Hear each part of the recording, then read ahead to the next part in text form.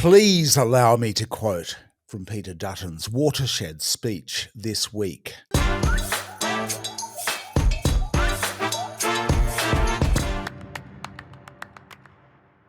Whilst no one was killed during the protests on October 9, thank God, the events at the Sydney Opera House were akin to a Port Arthur moment in terms of their social and national significance.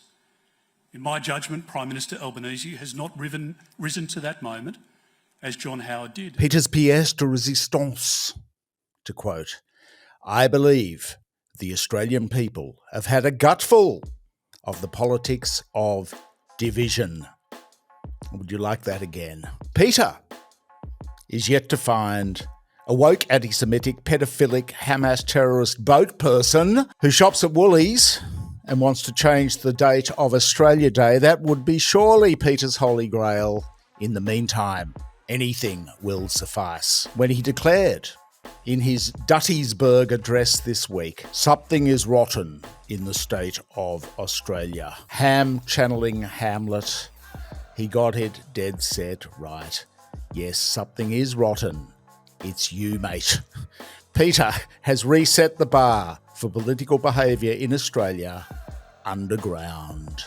You don't jump over the bar, you dig beneath it to get to Peter's astonishing level of political discourse, exploiting the victims also of Australia's worst mass murder. How's this for a beauty? Who was to blame for the rise in anti-Semitism in Australia? No, not him, nor his Zionist genocide cheerleaders of the Israel war lobby, but it was naturally Albo. And the police, even the police were to blame. Dutton accused police of being weak and woke and demonstrating a supine response to anti-Semitism across Australia. Hamas, Dutton likened the non-violent Opera House protests of 9 October last year to the, wait for it, cue the trumpets and the drum rolls, to the Martin Bryant shooting murders of 35 people at Tasmania's Port Arthur. He compared that to peace protesters on the Opera House steps. Serial killers and peace protesters. In Peter's mind, like that, or not really in Peter's mind at all, because he doesn't believe it. He's just saying it because he will get a run in the Murdoch press as strong on terror. This was not the only scam this week. The scams were thick and fast. The Qantas frequent flyer revamp, that was a beauty of a scam, a savvy scam. In taking the long handle to its duopoly rival Virgin, the new Qantas boss, Vanessa Hudson's first big play really tarted up the appeal of the frequent flyer program at little extra cost to Qantas shareholders, because here's the scam. They made them a lot more flexible, and that's a good thing for frequent flyers. But they're now worth half the points, or thereabouts. Good scam.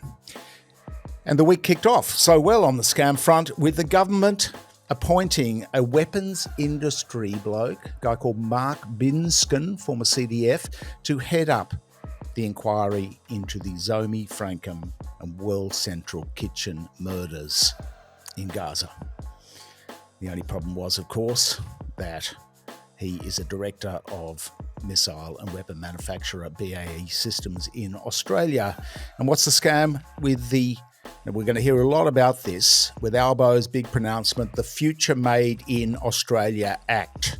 What's the scam with this? The Future Made in Australia Act. We'll be hearing a lot more about this because the Murdoch and coalition tacticians, the fearmongers, will run hard on government subsidies. Big government, they will say. It will run all the way to the election. The guts of it is, it's better to do something than to do nothing. If executed properly too, this is surely the way forward for Australia. We squander our resources by exporting them raw offshore.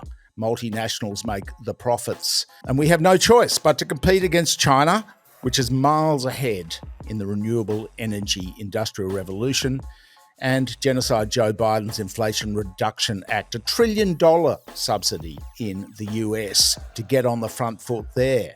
This is what we're up against, not even bringing into account the European strategies The guts of it is, rather than digging up rare earth minerals such as lithium for the next export boom, we add value by manufacturing here.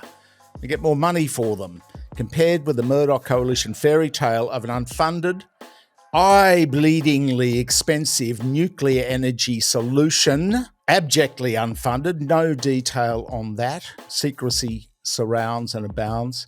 It's not viable. It's too expensive. The trick is to use Australia's $3.6 trillion superannuation pool in PPPs, private-public partnerships with government, just like the successful CEFC, the Clean Energy Finance Corporation, which actually makes money for the government by doing these sort of deals in solar and wind, and other new energy financing deals too. You crowd in the capital from the super funds and from all over the world, from global investors with government, and you really squeeze the juice out of this next boom, which is upon us now, without flogging all the profits offshore to multinational companies like we do with gas. And now, in gas, of course, we're caught having to import our own gas at high rates back into Australia. This will be a big battleground, so stay tuned. Meantime, the divisive Dutton nonsense, the problem with it is that it consumes the entire political and media cycle for a week. It's a waste of time. It's a sideshow. While the Nine Press, SMH and The Age took it seriously, running off the front page, Dutton rebukes Wong. Give us a break. It's more like Dutton embarrasses himself. Naturally, the ABC secured the invaluable and ubiquitous view of none other than Barnaby Joyce on the two-state solution, as well as every other Israel war lobby voice it could find to scrape into its programming. So Barnaby held forth with his view on the two-state solution in Israel-Palestine. And as Deb Spillane, the veteran journalist, pointed out on Twitter, Barnaby has been living the two-state solution for many years. There's the state he's in before lunch and the state he's in after lunch. And no serious political debate could ever take place without the input of Nine's Karl Stefanovic, who had this to say on the two-state solution debate. But separating Hamas and a Palestinian state is like kind of separating the milk and the dark chocolate in a Cadbury top deck. Now, we do understand that Karl has to pitch to his audience, and it's tricky pitching to an audience whose age is higher than its IQ. But did Cadbury sponsor this for Karl? Well, we don't know that. But Karl's momentous observation about top deck missed the point that a Cadbury top deck is actually composed of milk and white chocolate, not milk and dark chocolate. Was this unconscious racism? I thought Karl was actually more of a Cadbury's fruit and nut kind of guy, or maybe a Milky Bar kid, or maybe Aero, perhaps. In any case, this was all about Penny Wong's obvious remark that set off a firestorm this week about a two-state solution, which sparked outrage everywhere.